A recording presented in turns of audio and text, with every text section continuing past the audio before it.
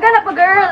Magpa-practice ako sa school, ikaw, girl. Ito, may booking kami eh. Dito na kami ah. Go, girl. Bye. Bye, girl. Tara na.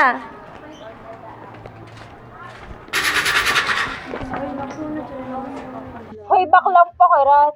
Uy, Bading, parang kanina lang, kakauwi mo lang ngayon, may aura ka na naman. Diyan na namang mala sa buhay nila. Sabi Kaya ni mama Maris, niyan, di ganyan. Pangalaga na lang. Nagkakalat ng virus dito. Hoy, tingnan nyo mga sarili nyo. Ang papangit nyo, tapos pakalamerip kayo. Tingnan nyo. Wala na nga kayo trabaho, puro pa bingo. Papangit nyo. Salot. Bakla on 15. Hindi nga kayo, mabastos nyo. Ikaw ang pangit mo. Daman ng dati eh. Kayo mga kupal kayo. Magsiligo nga kayo ang asim nyo. Papangit nyo. Mga sister, uuwi na po ako. Mag-iingat po kayo ha. Sige. God bless you. Salamat. Thank you po. Ingat kayo. Ingat ka ha. Sister. Diyos ko, iho. Bakit ganyan ang suotan mo? Hindi mo ba alam ang totoo mong kasarian? Hindi ka tatanggapin sa langit niyan. Diyos ko ka. Hindi ka ba nahihiya sa sarili mo? Ay, gusto mo ba sumama sa simbahan? Para lang makinig at para mabago mong pananaw mo sa buhay mo?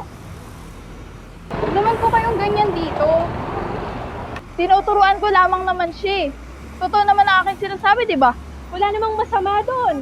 Patama naman yun. Wala na po sa inyo yun. Hindi po dapat kayo dito nag-eskandalo. Hindi ako nag-iskandalo, hiha. Thank you po ate sa pagtanggol nyo sa akin. Pero tingnan nyo yung mga sarili nyo. Sure ba kayo na makakapunta kayo sa langit? May lugar na ba kayo sa langit?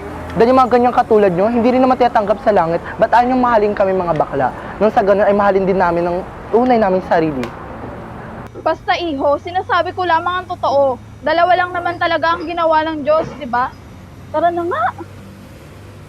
O, game start na tayo. And 5, 6, 7, 8. 1, 2, 3, 4, 5, 6, 7, 8. 1, 2, 3, 4, 5, 6, 7, 8. Okay guys, break tayo. Perfect! Tara dito muna tayo guys. Tara pahinga muna tayo. Pagod, malalante, nakaloka. Pagod. Ha?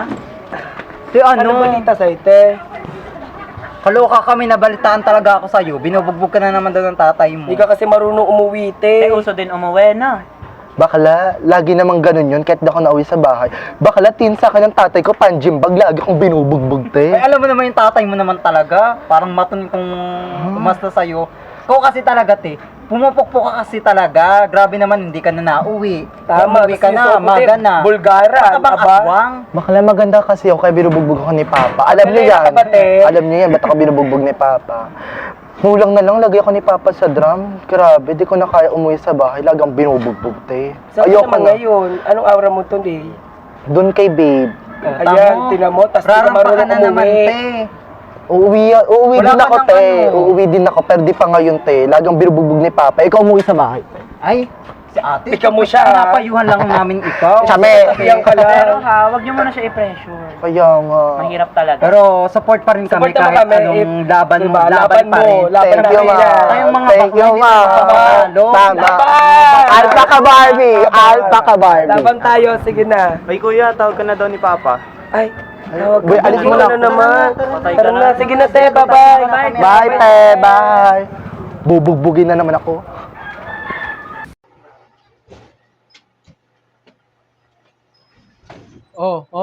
Saan galing?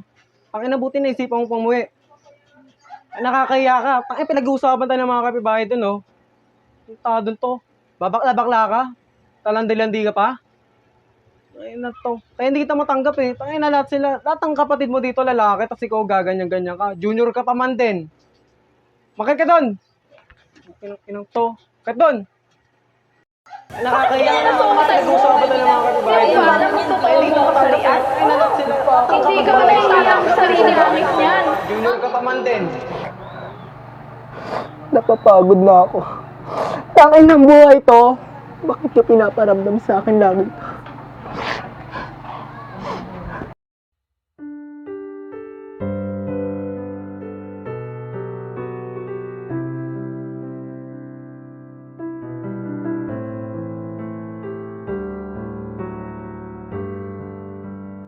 Hindi mo kailangan makinig sa sinasabi nila. Maniwala ka lang sa iyong sarili na kaya mo. Hindi mo kailangan magpaka-apekto sa mga sinasabi nila. Dahil tignan mo sarili mo, apakaganda mo, at ang sarap mo. Kailangan mong mahalin ang sarili mo. As long as wala kang tinatapakan na tao, ituloy mo lang kung ano yung ginagawa mo. Ang ganda-ganda mo para laitin kanila. Hindi mo kailangan magpaka-apekto sa sinasabi nila. Mahalin mo ang iyong sarili. Dahil whatever you do for today should always be the mirror and reflection to your tomorrow. So be the best every day. So, tingnan mo sarili mo. Huwag kang papayag na lalaitin kanila. Ang ganda mo.